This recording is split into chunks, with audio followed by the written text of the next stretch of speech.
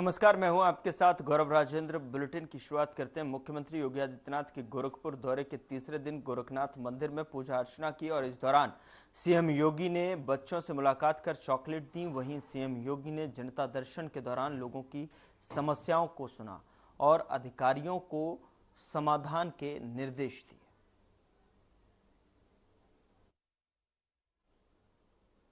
CM योगी का जनसंपर्क अभियान की जो है दौरान ये तस्वीरें हैं, जहां पर गोरखपुर से सीएम योगी आदित्यनाथ यहां पर जनता दरबार के माध्यम से आमजन लोगों की जो है समस्याओं को सुनते हुए नजर आए और संबंधित अधिकारियों को समाधान के निर्देश भी दिए गए हैं।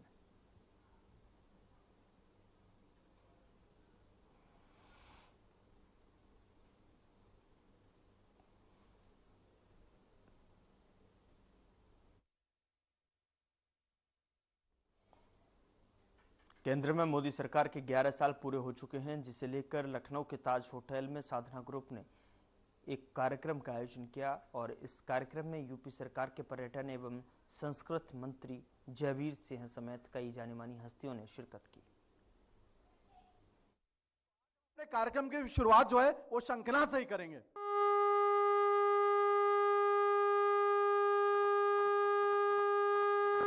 धन्यवाद। अब मैं चाहूंगा हमारे आदरणीय मंत्री जी कृपया मंच पे आए और हम उनसे सेशन की शुरुआत करें, क्योंकि बहुत कम ही अवसर मिलता है हमें जब आदरणीय मंत्री जी ने जो 11 वर्षों में खास तौर से जो काम हुए हैं और जो इन्होंने अपने मंत्रालय में काम किए उसके बारे में आपको अवगत कराएंगे। मंत्री जी, आपका सबसे पहले बहुत बहुत स्वागत है साधना समूह के इस आयोजन में, और आपने अपना समय दिया उसके लिए हम पूरी आत्मा से आपका बहुत बहुत धन्यवाद देते हैं। और हम चाहेंगे कि कार्यक्रम की शुरुआत करें। 11 सालों के लिए कि में जो काम हुए हैं उसके बारे में हमारे दर्शकों से प्लीज बताएं। पहले तो भाई ब्रजमोहन जी को बहुत बहुत धन्यवाद, कृतज्ञता कि आज बहुत सारे साधना समूह के दर्शकों के सामने देश और प्रदेश की सांस्कृतिक और पर्यटन की गतिविधियों को रखने का आपने अवसर दिया। आपका बहुत बहुत आभार, धन्यवाद। जैसा कि सब लोग अवगत हैं कि 2017 से पहले उत्तर प्रदेश की पहचान बीमारू राज्य के रूप में, दंगाई प्रदेश के रूप में, आतताइयों के रूप में जानी जाती थी। स्थिति यहां तक थी कि न प्रदेश में कोई निवेशक अपने निवेश को राजी होता था। विदेश छोड़ दो, अपने उत्तर प्रदेश के रहने वाले भी जो बड़े औद्योगिक घराने थे वो भी अपना निवेश उत्तर प्रदेश में करने के लिए राजी नहीं थे।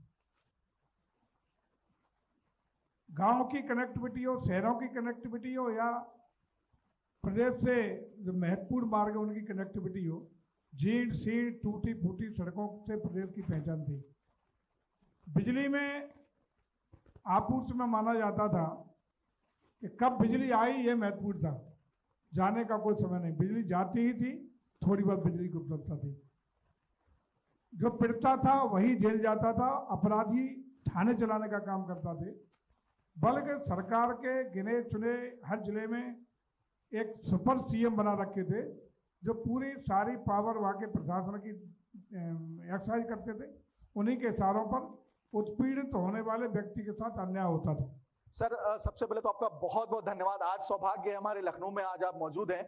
बात हो रही है सर आदरणीय प्रधानमंत्री श्री नरेंद्र मोदी जी के तीसरे कार्यकाल के पहले वर्ष की और 11 वर्षों के कार्यकाल की केंद्र सरकार में और पूरे देश में। सर, क्या कहना चाहेंगे सर आप?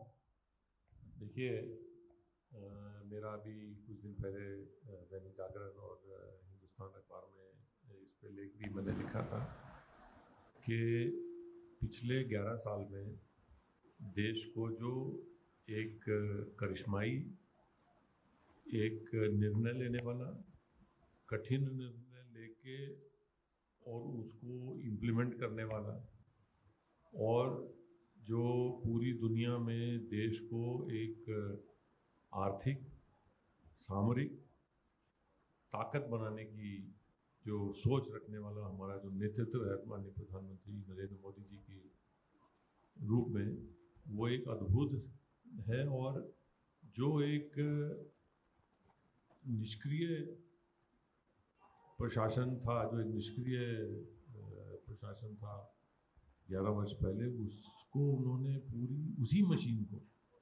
देखिए ये कोई उन्होंने मशीन नहीं बदली, सिर्फ जो उनकी एक टीम थी वो चेहरे बदले, इंस्टीट्यूशन वही रहे, संस्थाएं वही रहीं।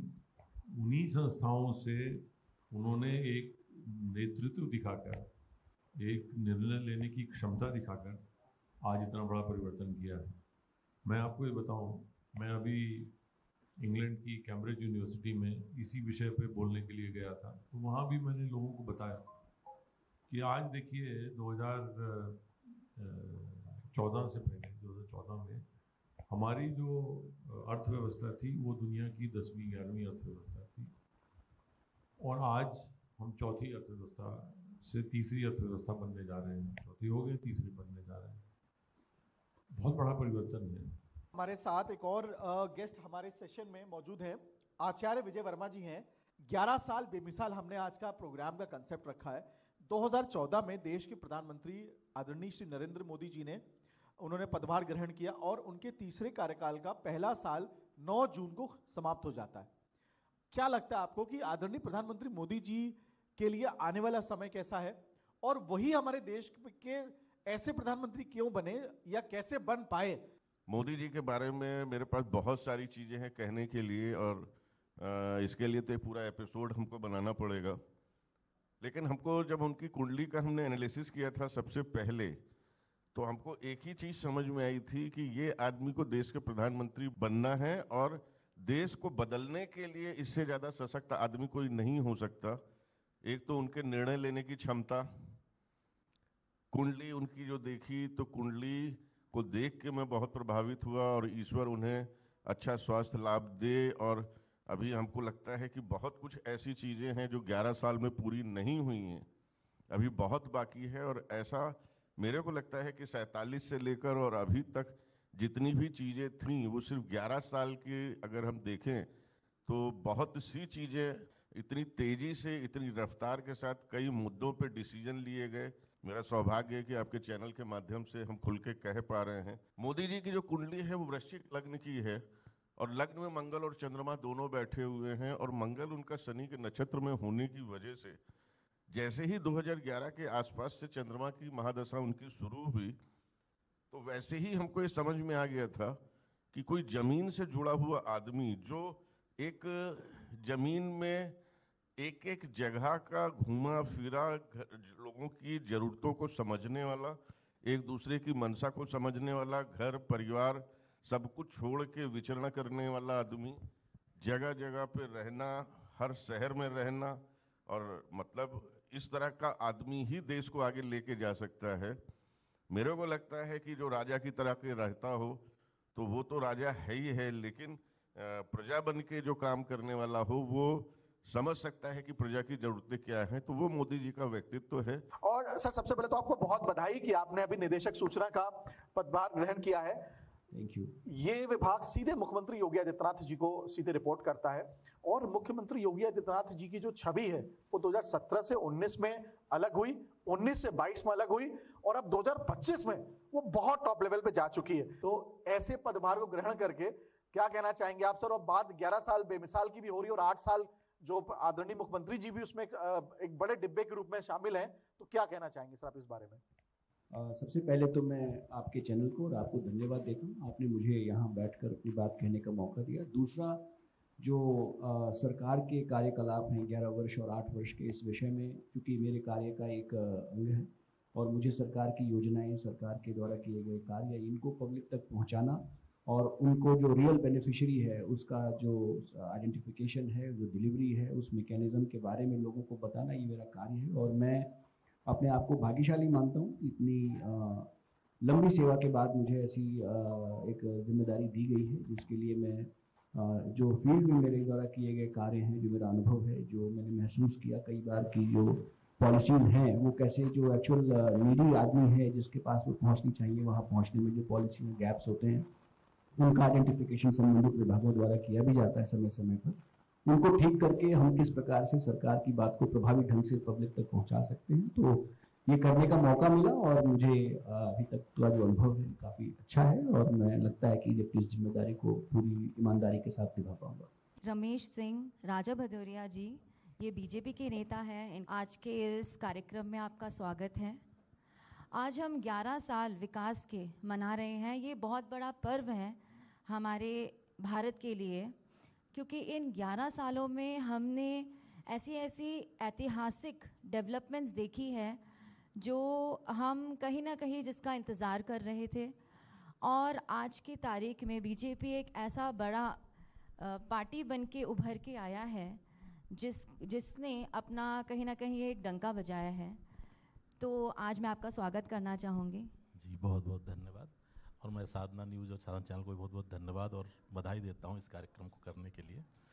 और भाजपा की जो बात आप कर रही हैं कि लोगों तक पहुंचने की बात, तो भाजपा अंत्योदय की सोच के साथ ही शुरू हुई थी और उसी पर लगातार कार्य कर रही है। और हमारे नेता मोदी जी, वो चूँकि बहुत नीचे से जुड़ के रहे हैं हमेशा से, कोई बहुत बड़े उससे संस्थान से कहीं आए नहीं हैं वो, और जनता को जोड़ के चलना उनकी हॉबी है, उनकी आदत है। तो वो एक एक दर्द और एक एक चीज़ को पहचानते हैं। तो जो जिस चीज़ को फील किया है या जिस चीज़ से गुजरा है, वो सबसे अच्छा उस चीज़ का इलाज कर सकता है या उसके लिए सोच सकता है। अगर हम जनता के परेशानियों की बात करें तो जैसे ODF लेके हम लोग चल रहे थे, आज सरकार ने गांव में घर घर शौचालय जो हम लेके आए, सरकार मोदी जी की बहुत बड़ी सोच थी। जो एक सामान्य जनता की जो दिक्कतें थी इस महिलाओं की, उसको लेके आगे बढ़े और आज गांव-गांव तक उस चीज़ को पहुंचाया। आम जनमानस की समस्या थी वो, बहू बेटियों की समस्या थी वो। हम गांव से जुड़े हैं, क्योंकि हम जानते थे कि अगर सूर्योदय हो गया, उसके बाद अगर तबीयत खराब भी है तो कितनी समस्याओं को झेलना पड़ता था। आज उन समस्याओं से लोग नहीं जा पा रहे हैं। और आज हमारे साथ बैठे हैं अमित पाठक जी। ये मेदांता हॉस्पिटल के एडमिनिस्ट्रेशन को पूरी तरह से देखते हैं और इनसे बढ़िया गेस्ट हमारे साथ आज नहीं हो सकता, जो विकास मेडिकल, स्पेशली मेडिकल में जो विकास हो रहा है उसके बारे में बात कर सके। इससे पहले कि मैं उनसे कुछ सवालात करूं, मैं चाहती हूं कि वो अपने बारे में कुछ बताएं। नमस्कार, साधना चैनल को बहुत बहुत धन्यवाद मेरी तरफ से, ब्रजमोहन जी को और आपको। मैं एक एविएशन इंडस्ट्री से मैं आता था पहले। जेड एवेज में मैंने 21 साल काम किया और वहाँ पर मैं स्टेशन को हेड करता था लखनऊ को, और जेड एवेज को भी मैंने स्टार्ट किया लखनऊ में। वहाँ पर डॉक्टर त्रेहन से ये प्रेरणा मिली कि मैं हेल्थ इंडस्ट्री ज्वाइन करूं, और वहाँ से फिर मैं मेदांता लखनऊ को ज्वाइन किया। अभी 8 साल हो गए हैं। और जैसे ही हमने ज्वाइन किया था 17 में, आई थिंक 19 में हम लोग एक भारी समस्या जो कोविड थी उस पर फंस गए थे हम लोग, और उसको somehow we have manage well. मैं उस कोविड पीरियड का इंचार्ज था, एडमिशन इंचार्ज था, तो उस कोविड पीरियड को मैंने जिया है और मैं जानता हूँ उस त्रासदी को हम लोगों ने किस तरीके से सामना किया, और आज हम लोग बेटर स्थिति में खड़े हुए हैं। और अभी जो वेदांता में जो पार्ट है मेरा, मैं जहाँ पर हम लोगों ने एक कोड एक्स बनाया हुआ है वेदांता में। जो कोड एक्स होता है कि जब पेशेंट का अटेंडेंट या पेशेंट कहीं से भी जब उसको कोई प्रॉब्लम होती है या कोई कम्युनिकेशन गैप्स होते हैं, उनको वो ढूंढने में कोशिश करता है कि किसी से बात हो जाए हमारी, क्योंकि डॉक्टर तो अपना टेक्निकल चीज़ बता रहा है कि मरीज़ की हालत ऐसी है वैसी है, बट उसको जो फिल इन द ब्लैंक्स होते हैं जो वेदांता में या किसी भी हॉस्पिटल में होना चाहिए, मैं कहता हूँ, तो वो एक पॉइंट ऑफ कांटेक्ट है। वो है मेरा एक छोटा सा ऑफिस है जहाँ पर एवरीबडी इज़ वेलकम्ड। वहाँ पर मैं हर चीज़ उनको ब्रीफ करता हूँ, मेडिकली नॉन मेडिकली जो भी मदद होती है मैं करता हूँ। I think that gives a real impact in the market की वेदांता इज़ डूइंग गुड। सो मुझे लगता है हर हॉस्पिटल में, चाहे वो गवर्नमेंट हॉस्पिटल हो चाहे प्राइवेट हॉस्पिटल हो, एक पॉइंट ऑफ कांटेक्ट होना चाहिए, एक रिसीविंग डेस्क होनी चाहिए, जहाँ पर जब भी मरीज़ आता है और जब मरीज़ जाता है, दोनों जगह पर उनको सही तरीके से वो touch point has to be well managed. Gaur Prakash ji, आप 11 साल बेमिसाल के ऊपर आपकी मैं चाहूंगा राय, और कृपया संक्षिप्त में आप अपनी बात को रखें please. Respected ma'am, respected elders, respected people from the government, it's an honor that we are seeing an India which starts leading from the front. From strategic restraints to strategic retaliation is today's mantra. I think this is unheard. सुनने को नहीं मिला कि आज की तारीख में The world diaspora is with us. From Operation Balakot to Operation Sindoor, salute to the armed forces, salute to the leadership of our country that today we feel secured. This is a big change. From, I repeat again, from strategic restraints to strategic retaliation is the mantra of New India. Article 370, impossible, we did it.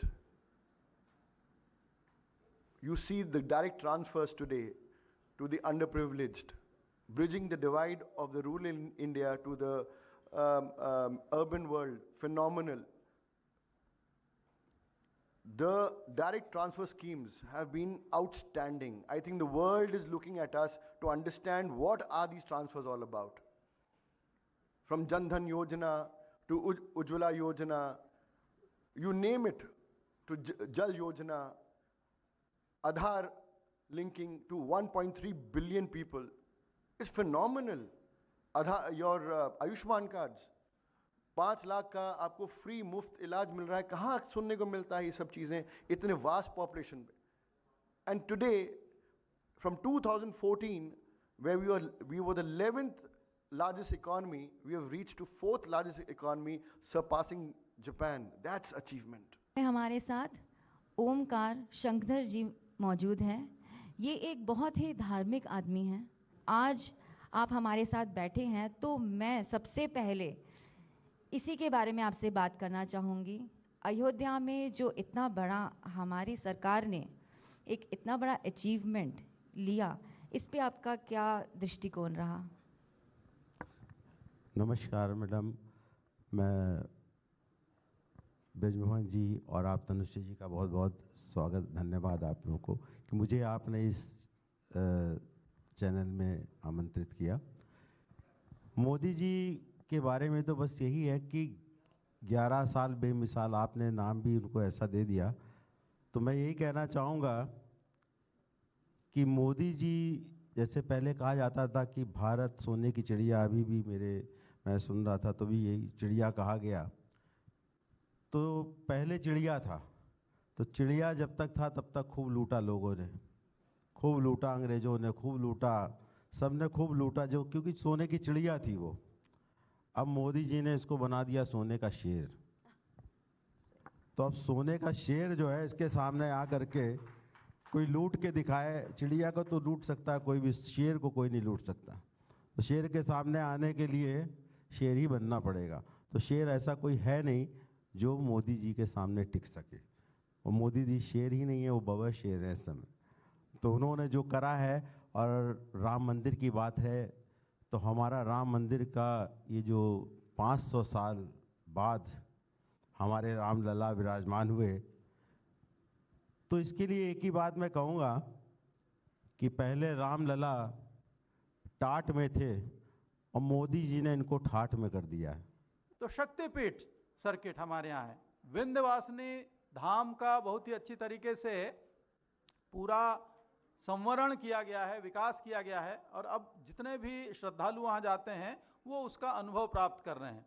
अब हम लोग जो है ललिता देवी जो शक्तिपीठ है, देवी पाटन शक्तिपीठ है, शाकुंभरी शक्तिपीठ है, इस तरीके के अन्य शक्तिपीठों का भी विकास पर्यटन की दृष्टि से कर रहे हैं. वहाँ पे पर्यटकों के लिए सुविधाएं स्थापित कर रहे हैं. तो ये जो 11 वर्षों में जो कार्य हुए हैं, ऐसा प्रतीत होता है कि इससे पूर्व ये सारे स्थल उपेक्षित से थे. पर्यटकों की आवाजाही की दृष्टि से अगर देखें तो बहुत कम लोग यहाँ आते थे. 2017 से लेकर के अब तक के जो पर्यटकों की आमद में वृद्धि हुई है वह अप्रत्याशित है. जो उम्मीद भी नहीं कर सकते थे, इतने पर्यटक आने लगे. 65 करोड़ का आंकड़ा पार कर गया, जो 10-12 करोड़ तक रहता था. और लोगों को अचंभित होकर कहना पड़ रहा है कि गोवा से अधिक लोग अयोध्या आते हैं, वाराणसी आते हैं. अकेले जितने देश दुनिया के लोग वहां जाते हैं उससे कई गुना हमारे इन स्थलों पर आ रहे हैं. एक तो कोविड के बाद में प्रत्येक व्यक्ति के मन में अपने जीवन के प्रति जो उसकी उत्कंठा है, और साथ ही साथ जीवन के प्रति जो उत्साह है उसमें एक विशेष प्रकार का संचार हम देखते हैं, और इसी वजह से इन सब आध्यात्मिक स्थलों की ओर लोगों की आमद बढ़ी है। तो उत्तर प्रदेश में 11 वर्षों में लगभग 2000 स्थलों पर हमने कायाकल्प का कार्य किया है।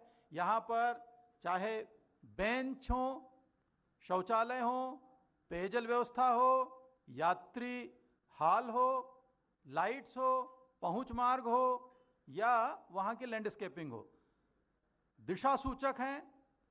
वहाँ पर लाइट्स के साथ ही साथ जो बहुत सारे संकेतक हैं वो सब कुछ प्रस्तुत किया गया है। और आपका स्वागत करते हुए मुझे बहुत गर्व महसूस हो रहा है। धन्यवाद। लखनऊ में लगातार दूसरी बार एक महिला मेयर बनी है और आपको सोशल मीडिया में इतना एक्टिव देख के मैं बहुत गर्व फील कर रही हूँ, क्योंकि मैं कल भी देख रही थी कि आप ऑन फील्ड थी और आप आंध्र प्रदेश से आए हुए लोगों को उनके साथ पूरा दिन रही हैं। और सबसे बढ़िया चीज़ मुझे ये लगी कि आप जन नागरिक को बोल रहे थे कि मैं नहीं आ पाई आपके भंडारे के लिए।